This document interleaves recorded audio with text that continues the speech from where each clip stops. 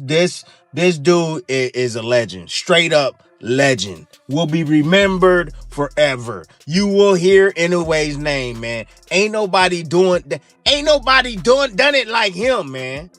Ain't nobody done it like him. I know some people might say Crawford and all of that shit, but man, this dude has fought world championship fights since he had 7 professional fights. Come on. 7 professional fights. God.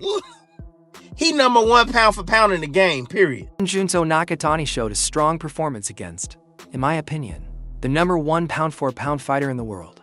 He proved once again that he is a serious name in boxing. Even though he faced a very tough opponent, he performed at a high level and showed he belongs at the top.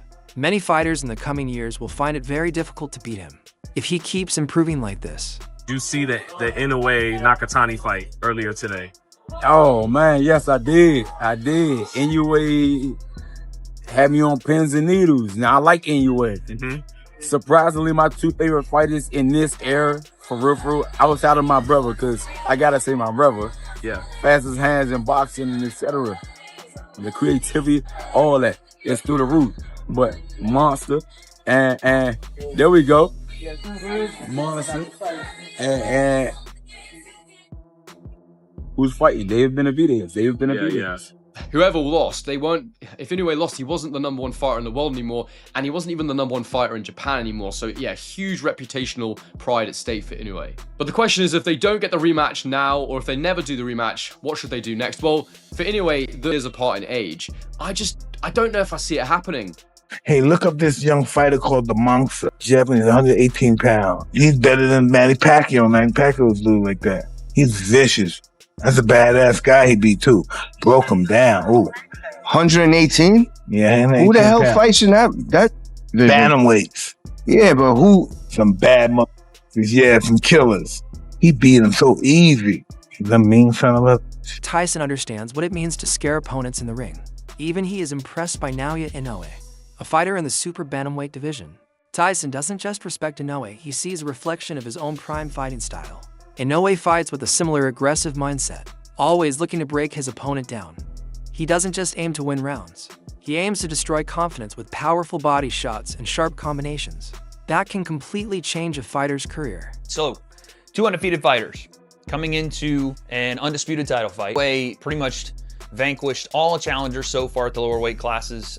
Is shown time and time again over at now 28 wins that he is a devastator, right? Has big time punching power, but can also outbox guys with big time punching power, right? Showed that in Nonito Donaire fight. So this was the biggest test for him. Nakatani, a bigger guy. I mean, I don't know about definitely a taller, longer fighter, rangier. Both guys dangerous. Southpaw orthodox matchup. And the fight starts with epic entrances. And I know that everybody, before we even get into the fight, everybody talks about how Inoue should come to America and box. I would like to see him over here more, but why leave if you're gonna sell out 55,000 in Japan and have these awesome, entrances and these massive displays, and he's a star over there. So there's really no reason for him to come over here, unless again, they found a way to make the tank fight happen, which I don't think is ever going to happen. But yeah, we got to appreciate it, even if it's not in the US, even if we got to wake up every once in a while and watch a fight at 7 a.m. or 11 p.m. or whatever, sometimes the greats are worth that, right? And in this case, I think Inoue is. He is must-see television when he's in a ring. Inoue is a very uncomfortable experience for most boxers. When you listen to the sounds from his fights, especially against opponents like Marlon Tapales, the impact of his punches sounds extremely heavy and dangerous. Fans and experts were shocked by how powerful his punches sounded in real time. It almost feels like a machine hitting with full force. Experts like Joe Rogan have explained that it's not just power, it's also his speed. Opponents often can't even see the punches coming before they land. That's what I say. And whoever's saying that, they got to get in the ring and do that against him. Obviously, everybody has a ceiling on how far they could go up. And he started out at 108. I look at his body structure. He don't look bigger than Pacquiao.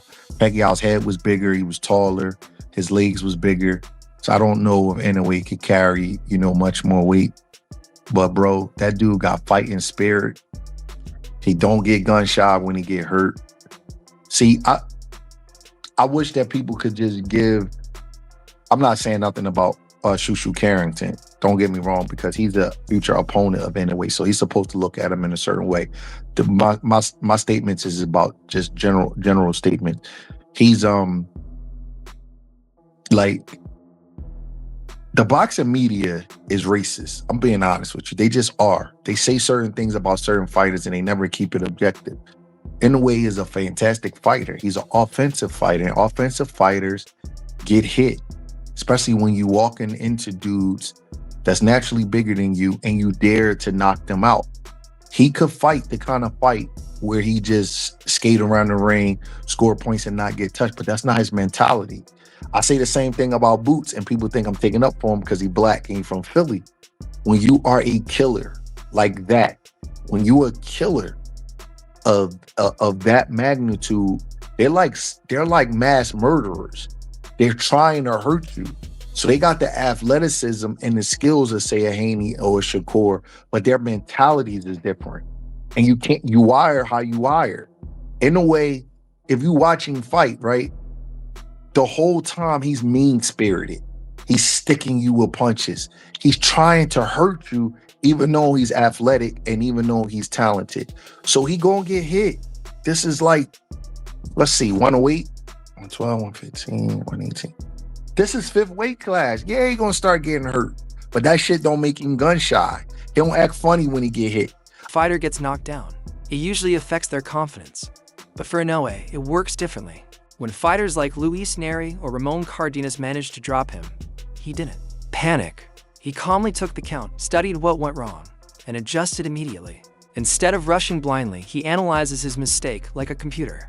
Then he comes back more dangerous, fixing his defense and breaking down his opponent step by step, until he gets a strong finish. Oh! Neri dropped Inoue with a left. Neri dropped Inoue big. Oh! Inoue dropped it with a counter left. Now Neri's not hurt. That's Inoue adjusting to the left hook. Bam! Beautiful! Inoue pulled a Roy Jones and said, come on, and then threw the right, but just missed. Oh, good left hook. Oh! Inoue dropped him.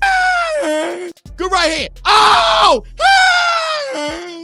Right hand again. Right hand again. Right hand again. Neri's still there. Right hand again. He's still there. Oh, good left. I told you. The left hurt him again. He won't see the left. Now he's hurt. Now he's hurt. It was the left. He won't see it. Bam. Oh, oh shit. Ah, that's it. He knocked out. Neri's knocked out. Ah, he almost knocked his head over the rope. Why got?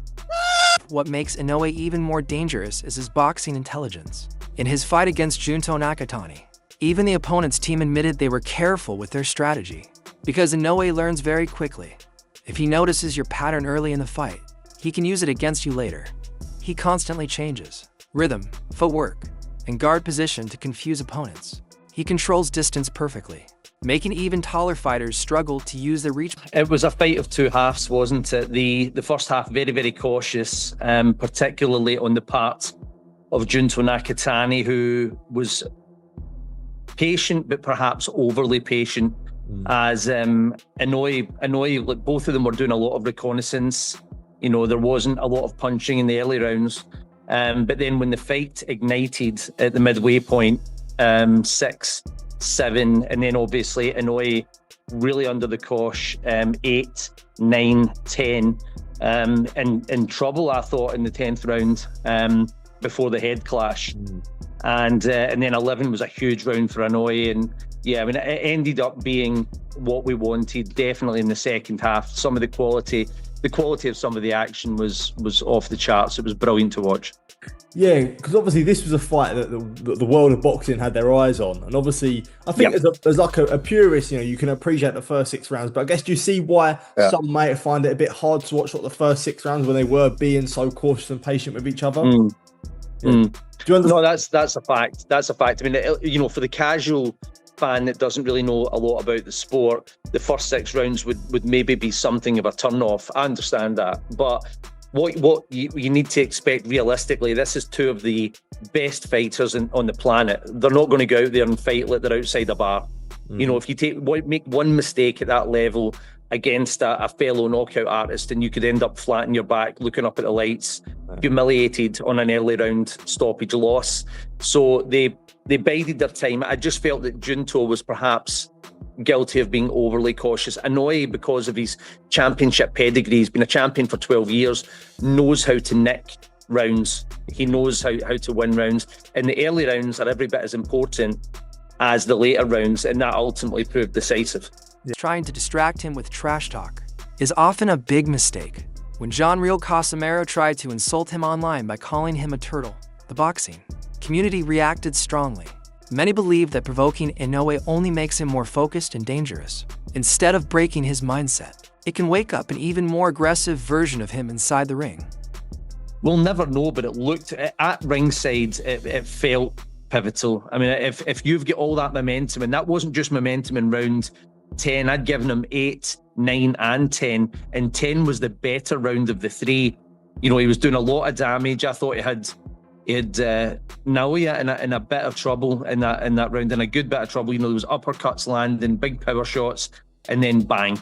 And then not only did that ruin the momentum, but it also gave Naoya a break. It gave the monster a break to go over what he'd been through, and then look how he responded. So I think it would be remiss to say that wasn't a pivotal factor in the fight, but these things happen.